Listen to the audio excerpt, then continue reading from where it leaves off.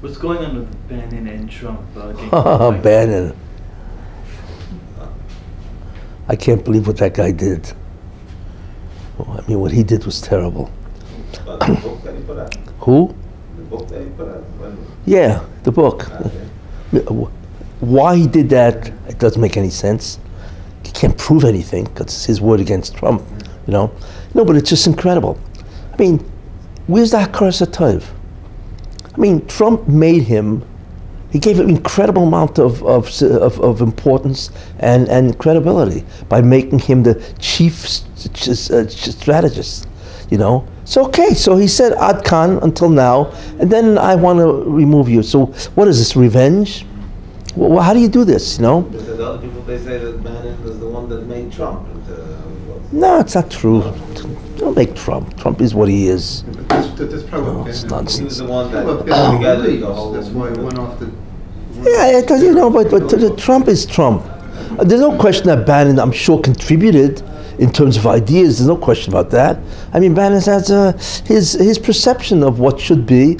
He's a tremendous conservative in that sense. He has his perception. That's fine, you know. So there's no question that a discussion between Bannon and Trump was very positive, very advantageous to Trump.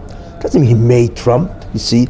But how Bannon can now do what he did is, to me, it's an ultimate betrayal. It's treachery.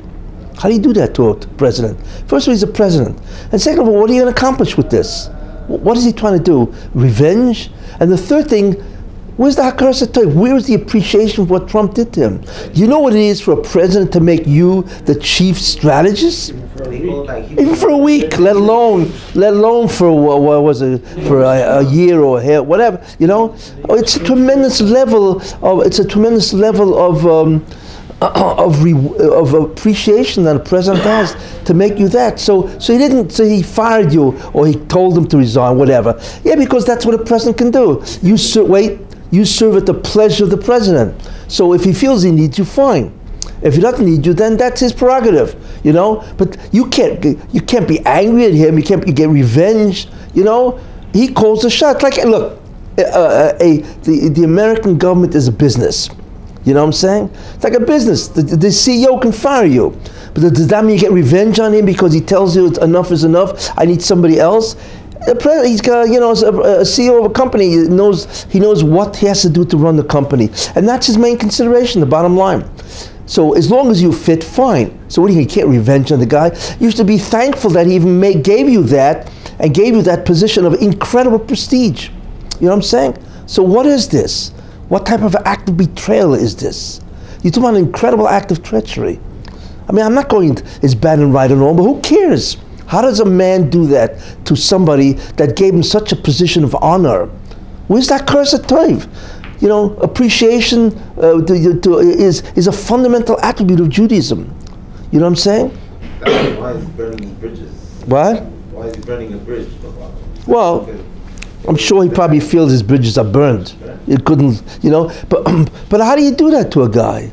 He said back that he's one of the leakers. Who?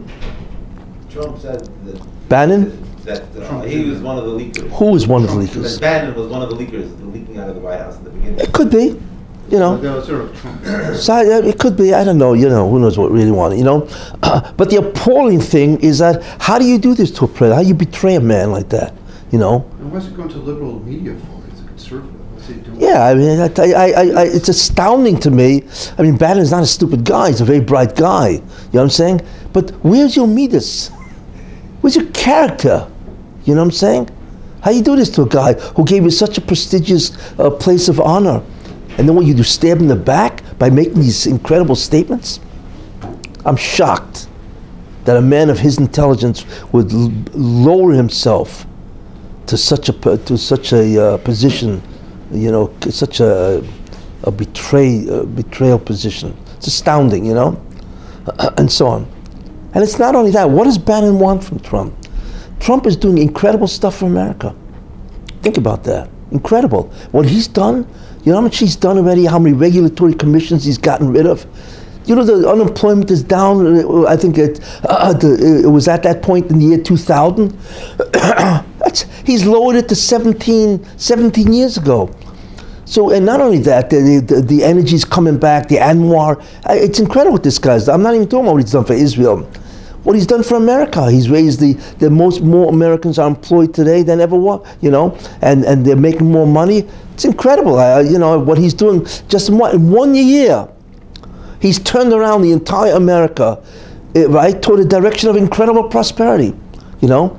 So what does Bannon want? It's just incredible. What? What? It feels like he should have been the president or something. No, It's megalomania. That's a megalomania. yeah, something like that. That's what it is. But I mean, it's just astounding what the guy's done. It's hard to believe. I was stunned when I heard that it was Bannon with this guy. You know, well, how do you do something like that? Where's your character? You know, because that's what happens. You know, when a person, many people think that they're God's gift to the world, you know, and they can't believe, you know, that all of a sudden somebody can replace them. Well, what? That's sick. Where's the humility of this man? Instead, he's a supreme arrogant person, you know. Like I say, you know, where is the character of this person that you could do this to a president that has given you so much honor? You know, it's so fundamental in Judaism and so on, you know. Well, that's the problem with politicians, you know. So many of them are incredibly arrogant people, you know. It's really tremendously disheartening to see a person really lower himself to such a degree, you know. And I'm not going into what Bannon said is right or wrong. It's irrelevant, you know. I can't prove it anyway. What's the difference? It's his word against Trump's. What's the point of all this? Just to smear, just to smear the man. Terrible. You know. Tremendous ingratitude. What? Tremendous ingratitude. Ingratitude. Ingratitude. Yeah. Terrible. Terrible ingratitude from a man to watch that, you know.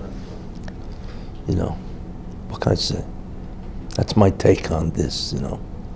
What's also interesting is Iran. That's incredible if it happens. Without a bullet. Well, without a bullet, yeah. It's incredible. It's not amazing. It's incredible. It's like it came out of nowhere. Now we don't know what's going to be, but I'll tell you one thing: if Iran falls, right, that will mean that the Rebbeinu Shalom, God has changed the Gzeira. Because really, Iran has to threaten the whole world by becoming nuclear, threaten the world, threaten Israel, right? And that's really what has to be. But if God takes out Iran this way, right, that means the decree has changed, where God is accelerating the process, you see? And that means we're even closer, because now you don't even, and that means you don't even need this step where Iran will threaten the world, that's how close we are to the Mashiach. Because there is a change. That means that some of the Jews are meritorious to do that. Yes? Yeah. Now we don't know why, but yes. Whatever that is. Yeah. Now why God would change the decree, you know, we don't know, but clearly it's something that the Jews are doing, and all of a sudden you know, it may even be the Achdus of Rubashkin, that there was such an unbelievable display of camaraderie, Achdus, unity among the Jews, when they saw that by Rubashkin. Was incredible, you know. That God said, okay, that's it. I'm now going to take down Iran, and I'm not going to accelerate the process. Because in the end, you should know, the main thing the Jews have to do is Achdus. Jews have to get together, they have to love one another, they have to respect one another. You see, that is critical for the redemption. And I think the unity that they showed by Rubashkin, I think was absolutely astounding. You know, because everybody was dancing with everybody. Didn't make a difference who you were. And you know, and what can I say? God likes that. You know, and that itself could have been a merit why God said, okay, I'm going to take out Iran, if it happens, right? Take out Iran, so I'm now canceling that necessary stage for the redemption, which means, what do you mean canceling? The next stage is the Mashiach, I mean, or the, as I call him, the transient figure in Israel and so on and so forth. That's the next stage, you see? So something, the Jews did something I want to tell you, the Jews did something even to shake up Iran. You see, because what's going to happen now is Iran is going to have to share its spoils with the Iranian people, because that's really what it is. And that's stupid people, the Iranians, I mean the mullahs, they realize, hey, even if they can't even if there is not a revolution, but the mullahs now realize, hey, we can't just, forget about the people. We got to take our wealth, we got to raise the economy, or else our whole country is going to fall apart. You see, which means, therefore, that they're now going to have to focus money toward the people, raising the economy, right? And not give money to Hezbollah and Hamas, right? Which means that terrorism will suffer, doesn't it? You see? So either way, it's great. If the revolution of Iran, that's beyond belief. That's where God said, Hisyatzvu, stand back and watch, right? It's Yeshua Hashem, the salvation of God. Hashem Yilochem Yilchem, by Kriyas Yamsov. God will fight for you. Atem Tachrishin, be silent. So if he takes out Iran, that's what's going to happen, you see? And that's the end of terrorism. Because the reason why Hezbollah and Hamas feel so confident is because they have big brother called Iran. Well, ISIS too, no? Who? ISIS. Well, ISIS is almost gone anyway. But it's because they have big brother Iran that can always fill in for them if it's going to get stuff. But if Iran is gone, they have nobody. They know Israel can wipe them out. What's stopping Israel from wiping them out all the time was America. But Trump is now behind Israel. In fact, what's happening in the Knesset and so on, is that they have voted that they want to give the status of Judea and Samaria as full Israel. They want to, what do you call it? What? Annex it. Yeah, they want to annex Judea and Samaria. I don't know if you read that, because they realize, hey, and of course that's going to kill the end of the two-state solution, because the two states were supposed to be somewhere in that territory, you see? So if now everything is annexed to Israel, there's no more two-state solution. I mean, Abbas is going crazy when he heard this. I'm sure he's got now a lot to talk to with a psychiatrist. Because he's got real problems now, But the main idea is that if they annex Judea and Samaria, that's the end of the two-state solution. It's incredible. And they're passing it now. I think they're going to present it to the Knesset for law. And if that passes, that's the end of the two-state solution. That's over with. You see? Judea and Samaria. That's Judea and Samaria. Sure, The West Bank and it's the West Bank, yeah. The West Bank and Gaza. Not Gaza. Gaza also? No. They're not going to annex Gaza. I mean, I don't know what they'll do in the future, but certainly Judea and Samaria, they will annex, means it now becomes part of Israel, proper. Anyway, but it becomes part of Israel, so that's an incredible step forward, So if Iran falls, it's incredible, right? Because that means basically the end of terrorism, mostly, because you no longer have the mother of all terrorism, that's gone. You know what I'm saying? But not only that, that means Israel doesn't have to bring money, all that kind of money, now to the IDF, because they need a tremendous amount of money to make sure that security. But if there's imagine if there's no Iran anymore, and Iran is now a democracy. All right? So what you don't need so much, you don't have to pump so much money into the military. Correct? But that's incredible. That means Israel now have access to much greater amount of money. So that's very important. So there's no terrorism at all, basically. I mean, you may have some lone wolf guys, but basically the main sponsor of that is Iran, and that's gone, right? So now, not only that, Israel now in a position, like I say, where they can now pump money into the economy and so on. But it'll change the whole Middle East, you see, because Iran is the major, and everybody else is basically a proxy of Iran, you see. The whole globe will change if that happens. And besides, the main idea is that God is removing the decree that Iran is the last stage. And that's incredible, which means that we are literally right up against the last stage of the Mashiach.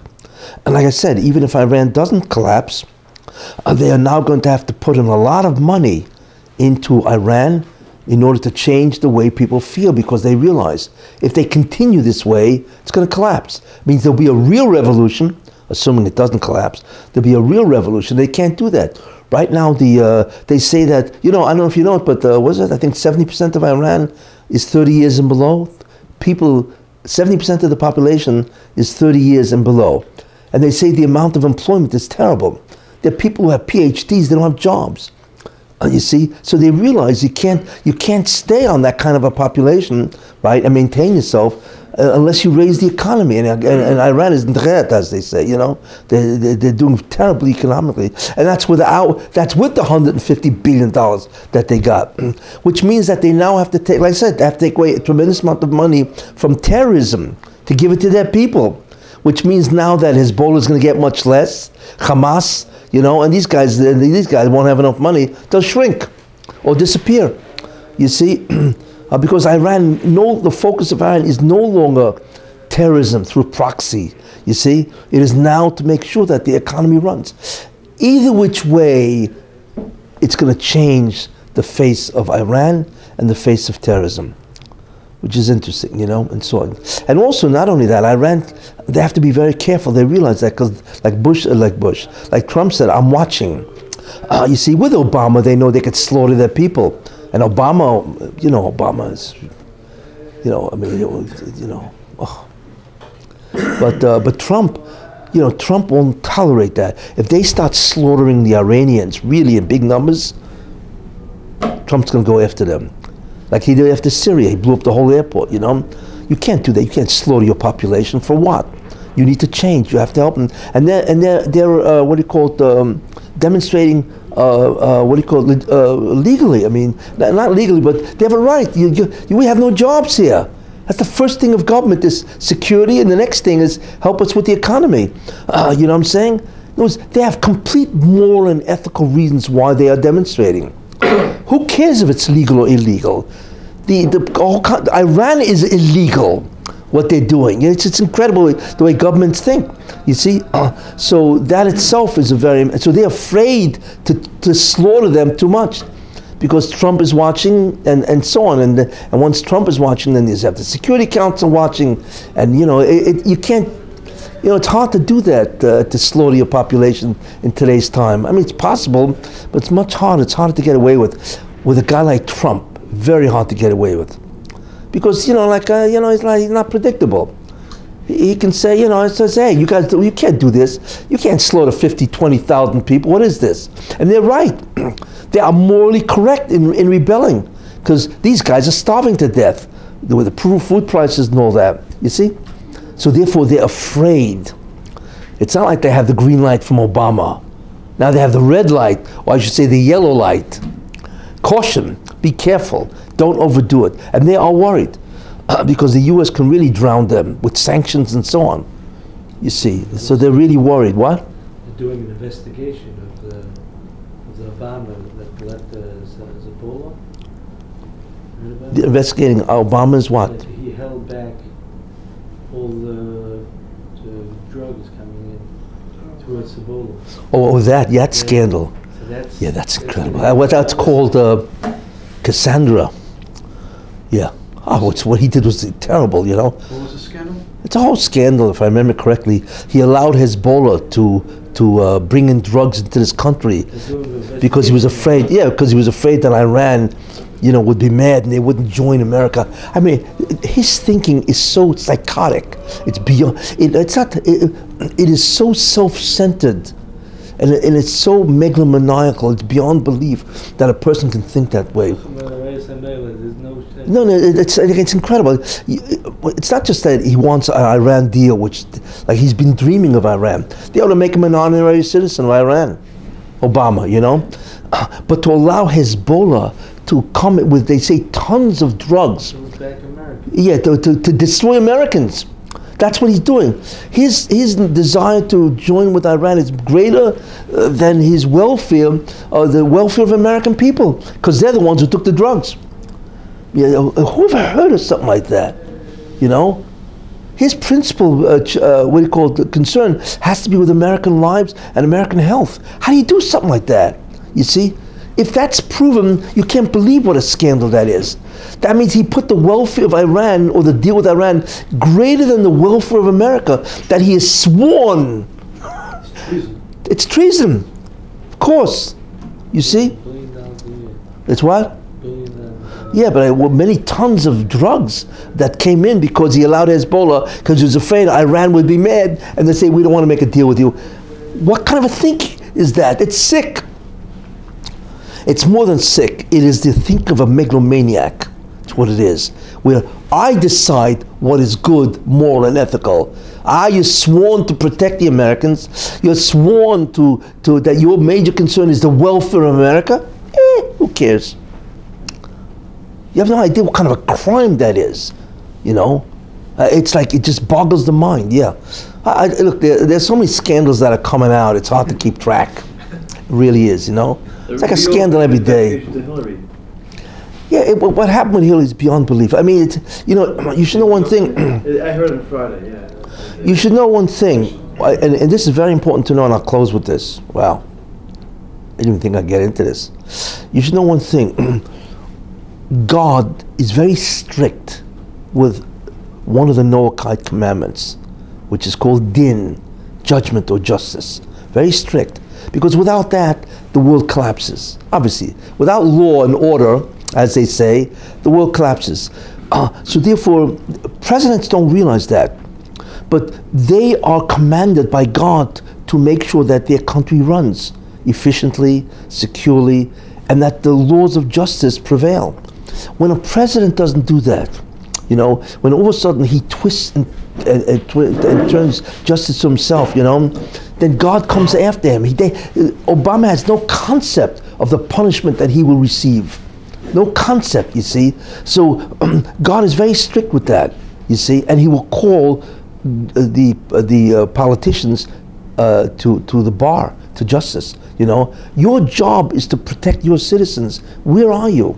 You see, you knew that Hezbollah was supplying tons of drugs, and that's killing Americans. So where are you? How do you do this? You see, Obama has no concept of what's in store for him when God gets to him. Begins, okay, next case, Obama. You know, there's no concept of what he's going to go through. Because as president, he has a job. And not only is he violating his job, but he's making a mockery of justice, which is worse. That's why what happened with Hillary is very bad. Because, what do you call it,